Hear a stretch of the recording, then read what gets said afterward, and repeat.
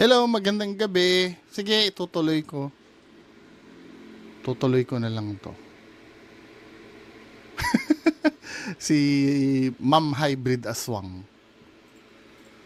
Na kung saan, kung nasa dilim ka, may liwanag, di ba? Kung nasa liwanag ka, pwedeng ikaw yung dilim kasi ang tinutulig sa mo, yung nasa dilim na may liwanag yung puso. Kumbaga po, mas pinili niyo po yung Tumulong ng tao. tumulong at manggamot po. At pinili ko pa rin yung pangalang hybrid aswang para makilala nila. Pero para sa akin, hindi pwedeng mapunta to sa kahit sino, sa anak ko, sa pamangkin ko, sa apo ko, kundi ako lang ang magtatanga nito. So Pero ito, no, base doon sa narinig ko nung unang react ko dito, yung part 1, no? Ang hybrid aswang pala na bansag, marketing strategy niya yun. Ayon sa pagkakaintindi ko, para pag ginugel daw ay siya lang yung makikita. Correct me if I'm wrong kung mali yung pagkakaintindi ko, pero basically ganun yung dahilan. ang puso ay para sa tao, tutulong, makatao, at makadiyos din. Mas gusto ko pa rin ang hybrid aswang kasi kahit hindi ako kakain ng tao, tutulong ako sa tao. Wait, may mention siyang maka-Diyos. Gusto kong malinawan, no? Kasi pag minimension yung Diyos, no? Pag minimension yung Diyos, gagamitin kong pang debunk diyan. Syempre biblical. Wait. Pwera na lang kung ang Diyos na tinutukoy mo hindi yung biblical na God. 'Di ba? Ako, naiintindihan ko naman na hindi lahat ng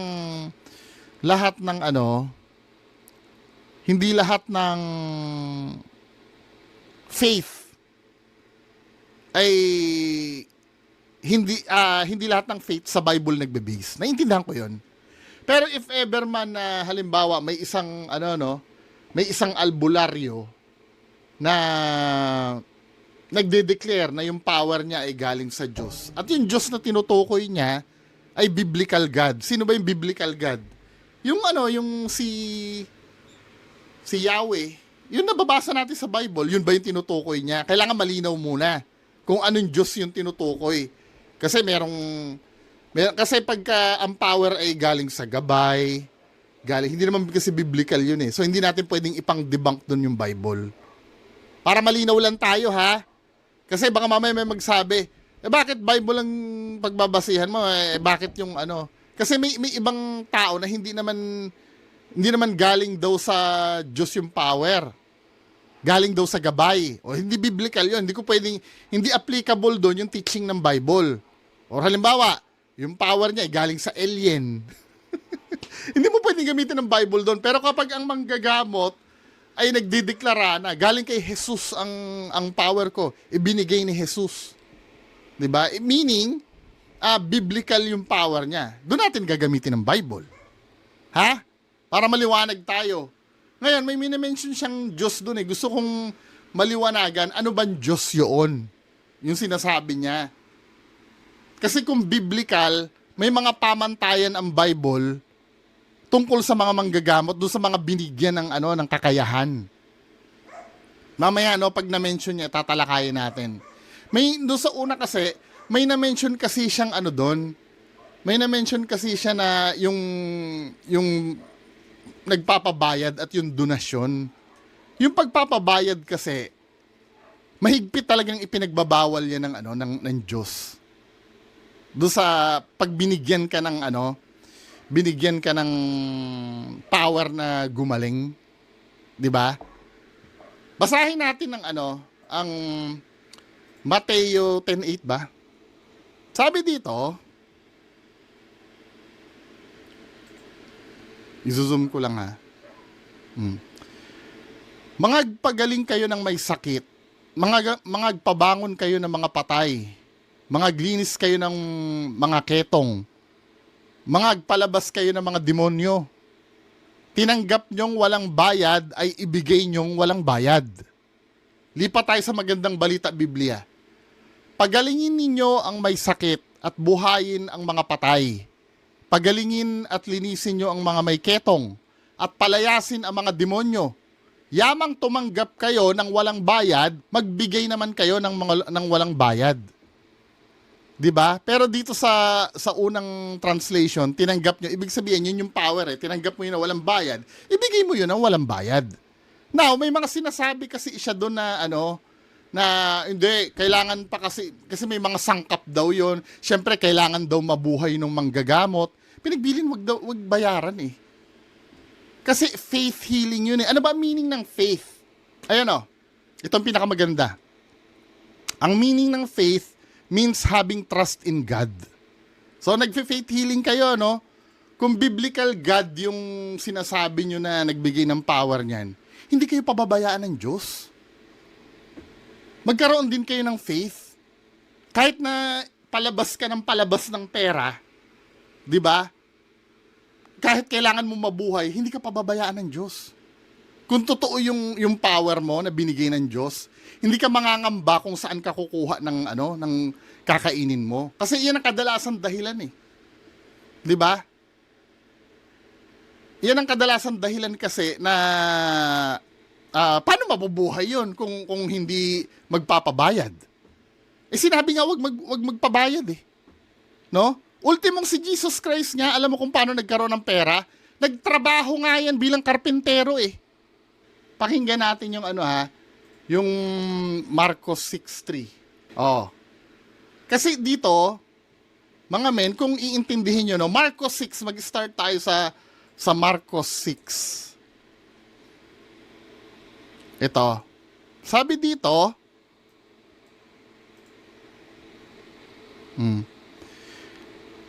si Jesus ay umalis doon at nagtungo sa kanyang sariling lalawigan, sumunod sa kanya ang mga kanyang alagad. Nang sumapit ang Sabat, nagsimula siyang magturo sa sinagoga.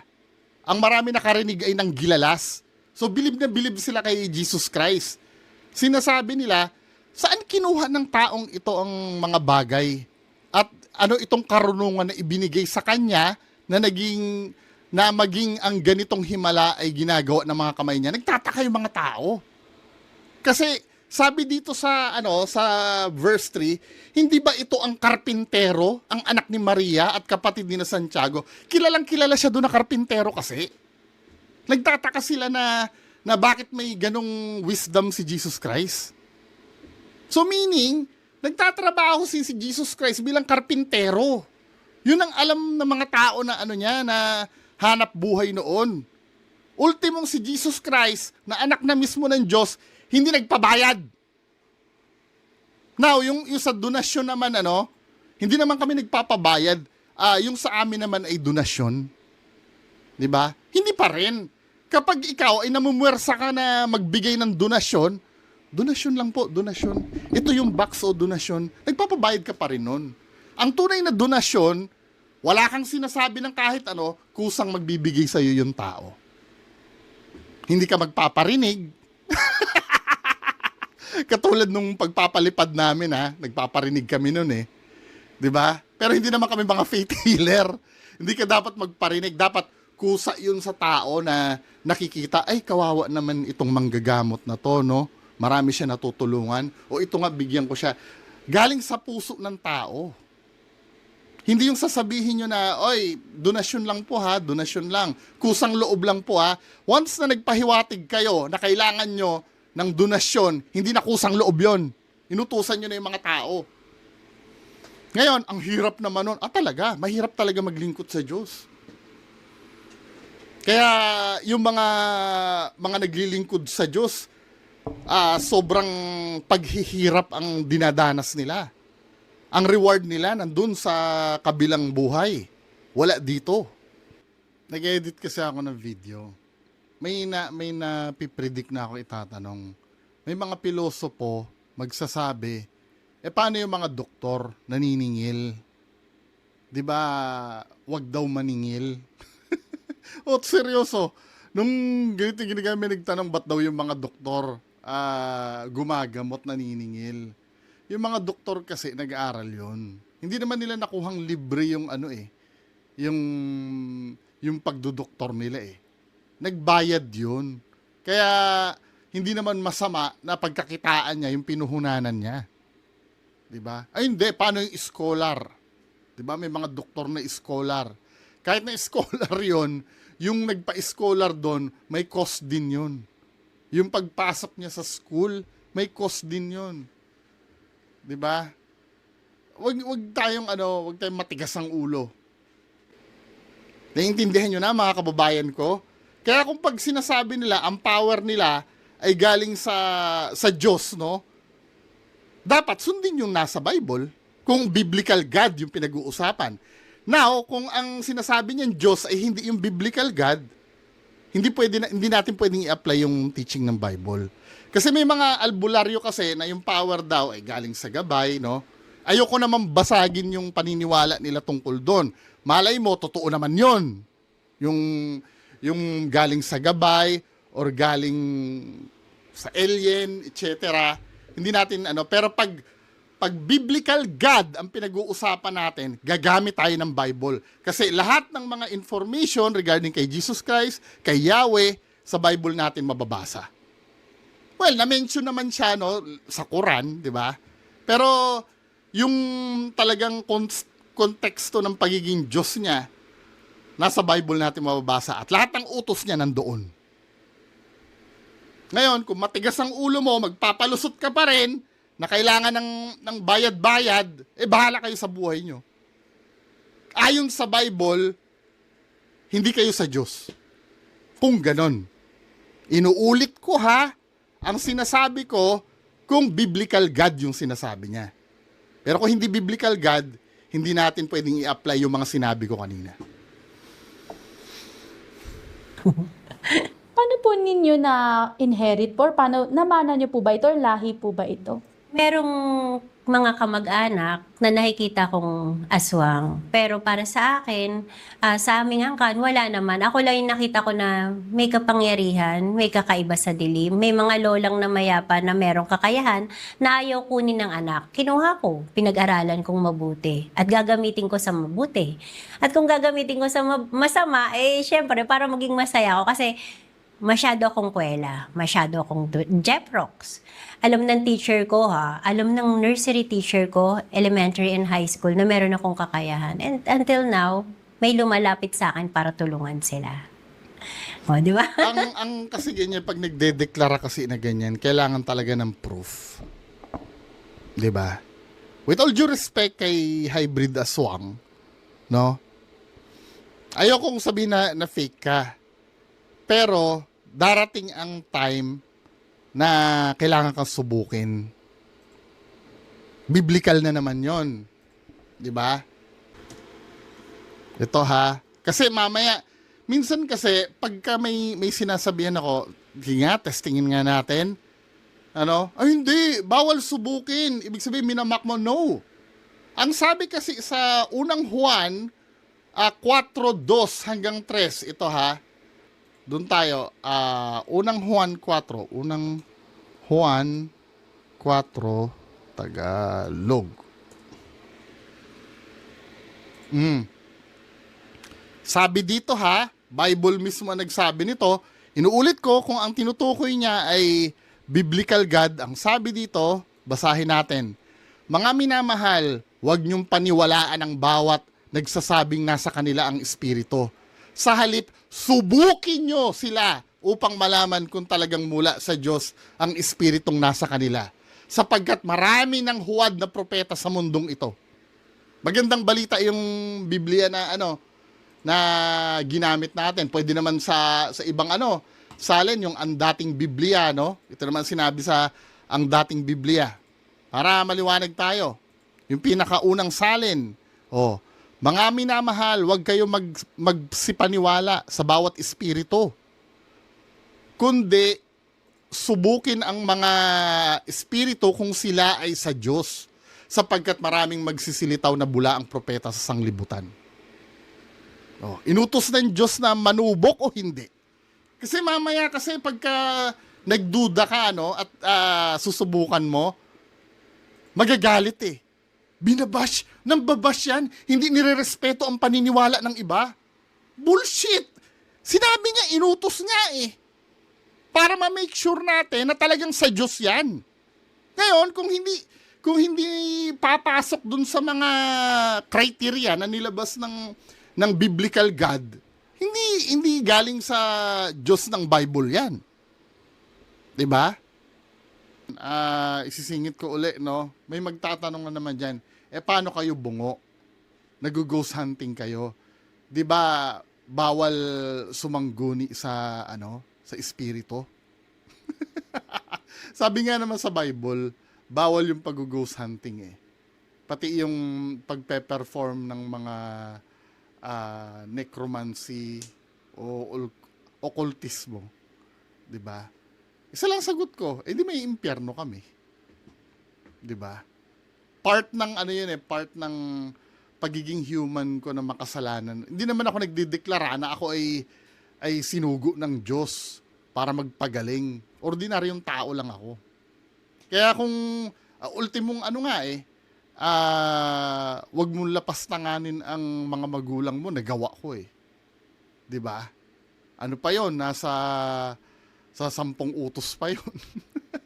Kasi human ako.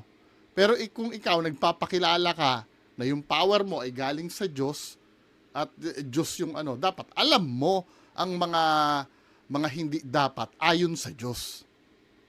Inuulit ko ha, kung ito ay biblical na Diyos ang tinutukoy mo. Kasi may mga ibang faith healer or albularyo na katulad ng sinabi ko paulit-ulit, no? Yan sila Sir Ed, galing sa gabay ang power, galing sa sila Nick Banayo, ganun eh, parang may gabay-gabay yan eh, sila Commander. Pero hindi eh. May mga iba sa kanila na gumagamit ng imahe ng cross eh. Yung Jesus eh, lalo na si Apollo na albularyo na Hesukristo. 'Di ba? Hindi galing gabay yung noon. Kung i-involve mo si Jesus Christ, pwede kang gamitan ng Bible, pambasag diyan sa ginagawa mo. 'Di ba? Inuulit ko, depende sa faith, ha? Kasi lahat hindi mo pwedeng gawing basihan ang Bible. Inuulit ko, kung ikaw ay nagme-mention ng biblical God, si Yahweh o si Jesus Christ, pwede kang basagin ng Bible. Kung mali ang ginagawa mo. Kung hindi naaayon sa nasusulat ang ginagawa mo, malinaw tayo? Okay na? Okay, sige. Yun ang ibig ko sabihin. So, sabi niyo po kanina na mas pinipili niyo pong gamitin po yung kakayanan niyo para po sa mabuti. Kapag po may mga tao pong lumalapit sa inyo, ano po yung common cases po na gusto po nilang ihingi ng tulong sa inyo? Malas ba yan? Sakit? O kulam? Or ano po? Hindi, parang halos araw-araw, ate, meron akong kapitbahay, may black magic, tulungan mo ko. So, alam nang may gagawin ako. Ate, ang asawa ko ayaw umuwi, ayaw magsustento. Ate, yung mahal ko, pakiritwalan, gusto ko mahalin niya pa ako ulit. Tumutulong ako sa kahit anong paraan. Ate, may sugat ako. Ate, nalaglag ako sa hagdan. Bukol. Yung buto lumabas sa likod. So, ang gagawin ko is isang klase ng mahika para ibalik sa dati yung katawan na yun. At yung evidence no, nasaan? Kasi baka mamaya kwento na naman yan. Hindi ha? I'm not saying na hindi totoo yung sinasabi niya. Malay mo, totoo. 'Di ba? Bigyan naman natin benefit of the doubt. Nasaan yun? May documented ba na nangyari yung labas yung buto, tapos mamajikin mo? Nasaan yun? Hindi naman masama magtanong para lang makasigurado kami. 'Di ba? Nasaan? Kasi same problem din nung unang reaction video ko eh. Puro deklarasyon kasi eh. Walang result. Saan? Yung data. Yun kasi ang pinaka-importante eh. Kaya ang maganda kasi ganito, no? Every time na may gagawin kang ganyan, total advance naman na yung technology, i-document nyo, i-video nyo yung gagawin. Kasi kung hindi nyo i-video at gusto nyo maniwala na lang kami sa sasabihin nyo, di ba? Hindi naman pambabash itong sinasabi ko, di ba? Para din ito sa kapakanan natin lahat. Kahit kay ate, para sa kanya din ito. Kung totoo yung sinasabi niya, kahit ako, ipopromote ko yan. Biruin mo, labas na yung buto, pagagalingin. gamit ang magic. Kesa nga naman magbayad ka sa ospital, di ba? Ngayon, kung ititake niya as insulto yung sinasabi ko, tabulshitan yun. Yung kaharap ko pero ibabalik ko sa dati. So sila rin naman ang nagbibigay ng testimonial eh. Yung sinasabing subok ko na yan. Na kung merong gagawa ng masama, magsasalita about me ng masama, may tao rin namang nagtatanggol. Minsan nga, kahit kaibigan ko, sisiraan ako, pero may magtatanggol yung mga ginagamot ko. Asan yun? Yung mga Naniniwala ako na dapat yung nag-i-interview, may mabibigay ba kayong proof? bakit libre yung gamutan ko? Kasi isang araw, kakailanganin ko sila, tutulungan nila ako. Ipagtatanggol nila ako laban sa mga nagsasalita ng masama laban sa akin. Marami kasing nagsasalita ng masama na kung titingnan mo yung puso, mas masama pa pala sa akin. Kapag pumarap po kayo sa mga cases na ganito, kunwari po may lumapit sa inyo, sabi, Miss Glory, Jean, ano po, yung yung asawa ko po ayaw magsustento, ganyan, magpapakulam, ganyan po. Paano niyo po na-verify na yung mga sinabi niya po sa inyo is Tinitingnan ko totoo ang po? bawat anggulo. Nagiging kaibigan ko sila. Sinasabi kong tawagin mo na lang akong Cold reading. mama, tawagin mo na lang akong nanay. Nagsisimula sa kwento. Unang-una, tulungan mo ko. Ang sagot ko, magkwento ka. Para ba cold reading kita? Magkwento ka, mag-usap tayo. Pangalawa, ang Hindi, negosyo sorry kung offensive yung dating ko. 'Di ba? Pero kailangan kasi natin magsuri. Ako na humihingi ng tawad baka mamaya yung the way ako magsalita offensive. Pero kasi hindi ko na ito sa bagay hindi ka naman manghuhula. Hindi naman siya manghuhula. Kaya okay lang siguro magkwento. 'Di ba? Kung ikwento man, ang importante mafi-fix ba yung kinwentong problema. ko pabagsak, may kalaban ako sa negosyo. So, magkwento ka. Bigyan mo ako ng letrato. Bigyan mo ako ng pruweba. Pero kung minsan may lumalapit sa akin na may masamang puso, gusto kong mawala yung biyenan ko. At pinagawa niya yun sa akin. At nung namatay, ang daming taong umiyak. Nagulat ako, napakabuting tao pala yung ginawa ko. Pero yun yung pagkakamali na habang buhay kong pinagsisisihan. Nag-sorry naman ako, inamin ko sa pamilya na ako yung gumawa. Pero Sino yung pamilya na yon? 'Di ba? Mga kababayan ko, sana, ito naman, with all due respect uli kay Hybrid Aswang, with all due respect, sa mga interview na ganito, dapat maging habit natin ang paladudahin Ngayon, gawin nyo man sa akin yun. Sa akin, sige, magduda kayo sa mga sinasabi ko. Pwede naman tayo mag-usap ng live. 'Di ba? Hindi naman ako iiwas. Kung ano man yung pagdududa nyo, paano kung tama ka? 'Di ba? Mali ako. Di mali ako, wala akong magagawa dun. Pero kung halimbawa, ang mentality nyo ay lahat na lang ay paniniwalaan, parang ganito yan, minsan merong nag-comment sa akin, lahat na lang eka sa'yo, peke. Lahat na lang, anong gusto mo? Lahat ng makita ko, totoo? Mas mahirap yun. 'Di ba? O ikaw, peke ka rin bungo, peke ka rin ghost hunter, peke ka rin na okay yun. At least kahit papaano, yung gusto kong mangyari, nangyayari. 'Di ba? Hindi mo man ako paniwalaan, well, ganun, yun ang kasi pinopromote ko eh.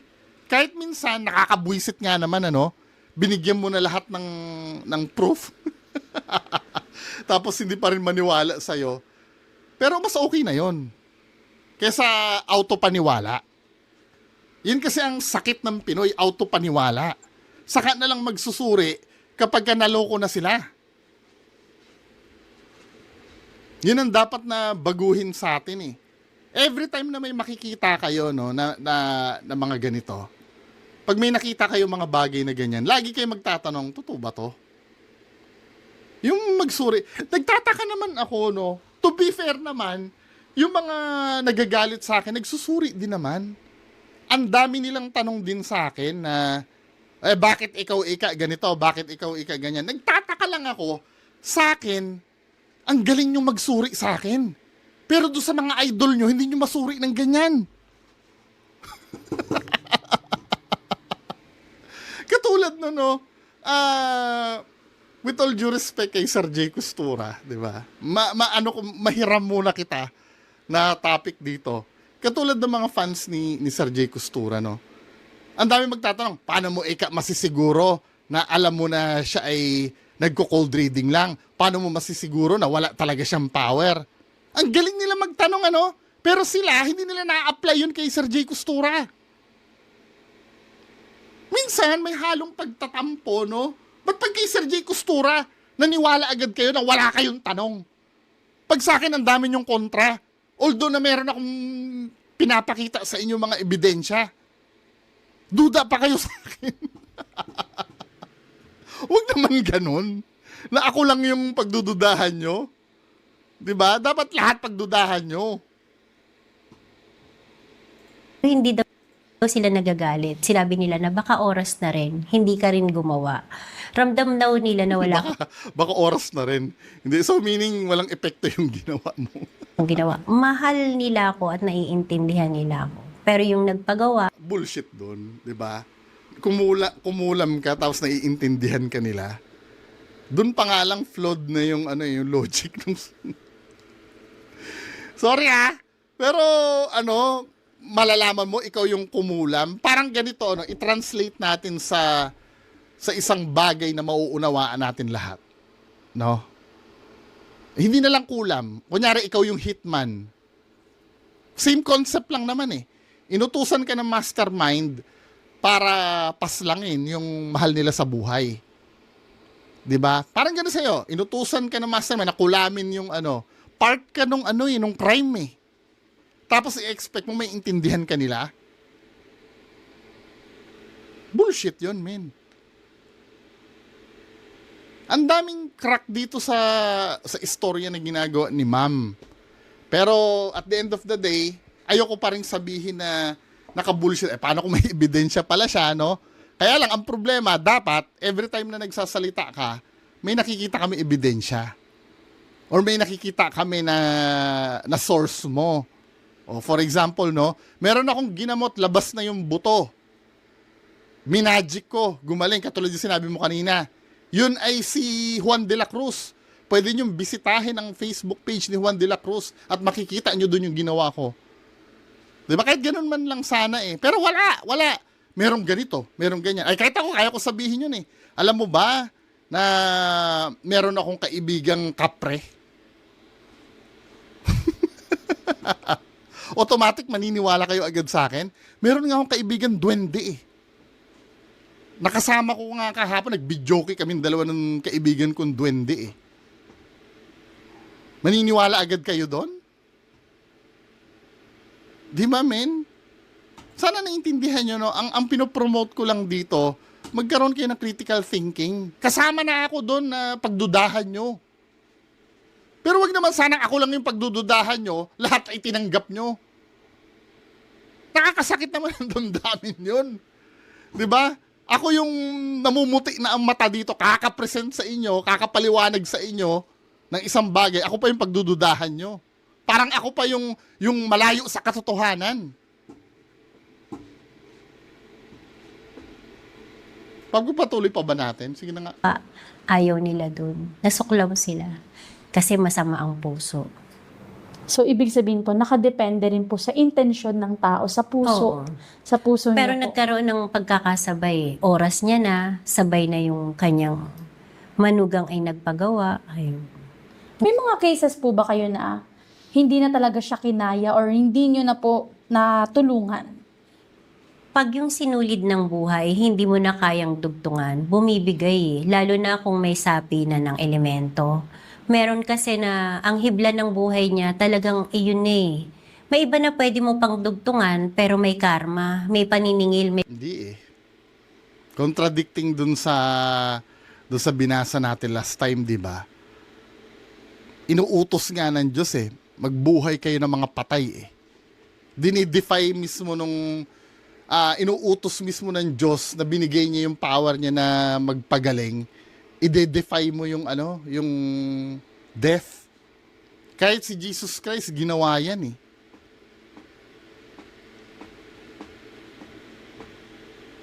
Tapos ano na lang yun? Tama na to ha, tama na to men. Eh syempre baka mamaya, alam mo na, 'di ba? Basta tama na to. Move on na lang tayo sa susunod na subject kinabukasan, ha? Hanap tayo ng ibang topic. Wag na ito. Kasi baka mamaya dumating yung time may sabi pa ako na ikakaaway natin lahat, 'di ba? Kasi may iba sa inyo diyan, ipipilit nyo pa rin yung gusto nyo. Ako, syempre, ipipilit ko din yung gusto ko. 'Di ba? Kaya lang, wag mo kasing panoorin. Kung ayaw mong maniwala, di wag ka manood. Eh, ba't ikaw nanonood ka sa akin? Hindi ka naniniwala sa akin, di ba? O para wala na lang away, lagi ko na lang sinasabi, wag nyo akong paniwalaan. Paniwalaan nyo yung mga ina-idol nyo at yung nire-react ko. Ako yung wag nyo paniwalaan. Magandang gabi sa inyo lahat. Bye-bye.